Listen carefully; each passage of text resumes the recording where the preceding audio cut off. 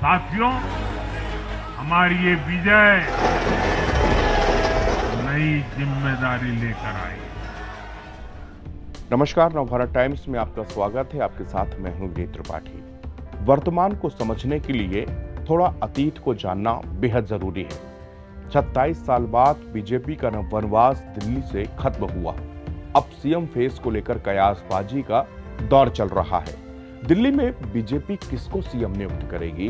Bharatiya Janata party के मामले में बड़े बड़े राजनीतिक पंडितों की भविष्यवाणी फेल हो जाती है, क्योंकि पार्टी का निर्णय दिल्ली में सीएम फेस को लेकर बहुत सावधानीपूर्ण रहने वाला है। इसका कारण है पार्टी का संदेश।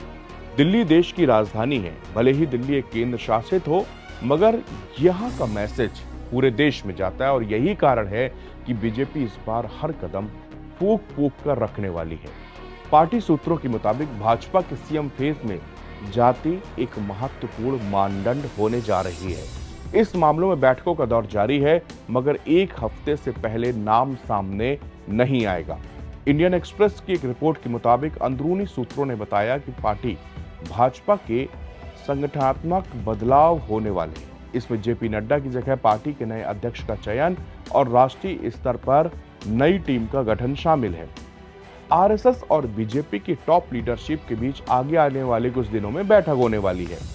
भाजपा के एक सीनियर लीडर का कहना है कि मुख्यमंत्री चयन के मामले में आरएसएस की भूमिका सलाहकार तक सीमित रहेगी।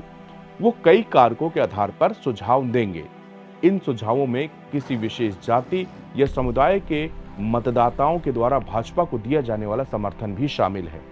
इस बातचीत में मुख्यमंत्री के अलावा संभावित उप मुख्यमंत्री, दिल्ली विधानसभा के अध्यक्ष और मंत्री परिषद के गठन समेत महत्वपूर्ण पदों के नाम भी शामिल होंगे। पार्टी के एक और सूत्र ने कहा कि उदाहरण के लिए दिल्ली में भाजपा की जीत में ब्राह्मण वोटों का योगदान रहा है, इसलिए इस समुदाय को निश्चित रूप से किसी महत्वपूर्ण पद पर बैठाया जाएगा।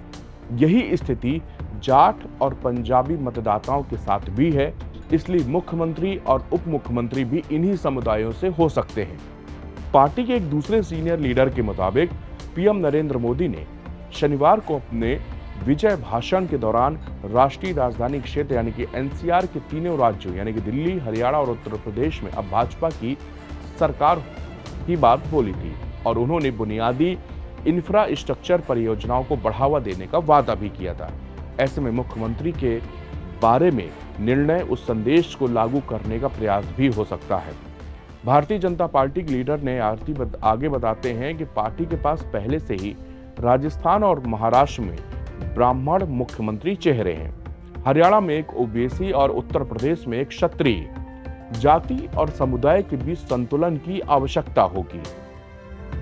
भाजपा के प्रमुख पदों पर समुदाय की कमी को देखते हुए एक जाट नेता दिल्ली का मुख्यमंत्री हो सकता है। हरियाणा में भाजपा ने परंपरा से हटकर गैर जाट नेता को मुख्यमंत्री चुना था। बीजेपी के सीनियर लीडर का आगे कहना है कि इसके अलावा अन्य कुछ मानदंड हैं जो इसमें सीएम के चुनाव के वक्त मायने रखेंगे। जहां तक आरएसएस की सिफारिश का सवाल है, तो वो ऐसा नेता हो जिसकी स्वच्छ छवि हो, कम आयु वाला यानी कि आयु सीमा 55 साल हो और उसको संगठन में काम करने का अनुभव हो। सरकार या विधानसभा में महत्वपूर्ण पद के लिए कम से कम एक महिला नेता को चुने जाने की भी संभावना है।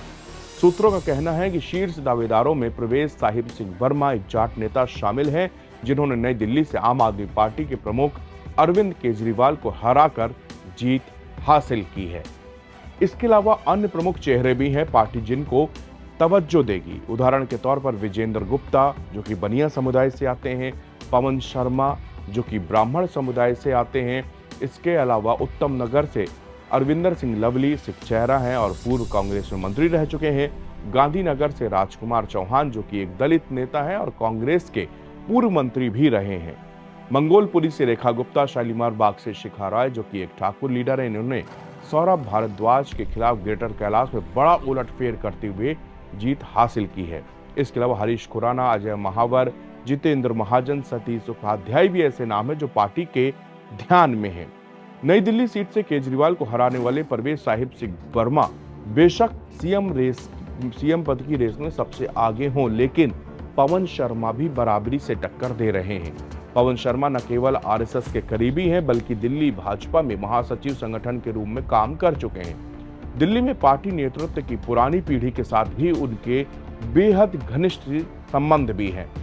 हालांकि पार्टी पूर्वांचली समुदाय से जुड़े नेताओं को भी पद देने की कोशिश करेगी, लेकिन शासन के मामले में भाजपा का जोर कांग्रेस सरकार में पूर्व मंत्री रहे लवली और चौहान जैसे नेताओं के साथ साथ विजेंद्र गुप्ता, जिनके पास दशकों का नगरपालिका और विधायी अनुभव है, रेखा गुप्ता और शिखा रॉय जैसे लीडरों पर रहेगा।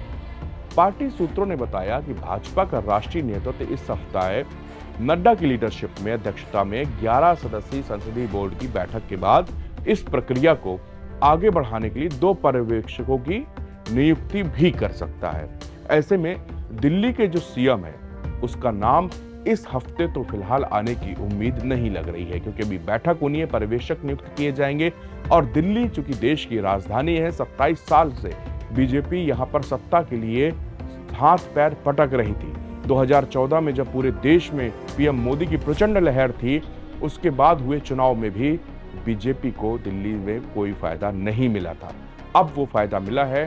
दिल्ली एक बहुत बड़ा मैसेज दिल्ली के सीएम से देना चाहेगी और हो सकता है कि वो चेहरा एक दलित चेहरा भी हो सकता है, क्योंकि बताया ये जा रहा है कि आसपास के जहां 2 प्रदेश हैं वहां पर ब्राह्मण सीएम है, हरियाणा में ओबीसी है। तो ऐसे में एक चांस ये भी है कि यहाँ से दिल्ली से कोई दलित चेहरा भी मुख्यमंत्री बन सकता है।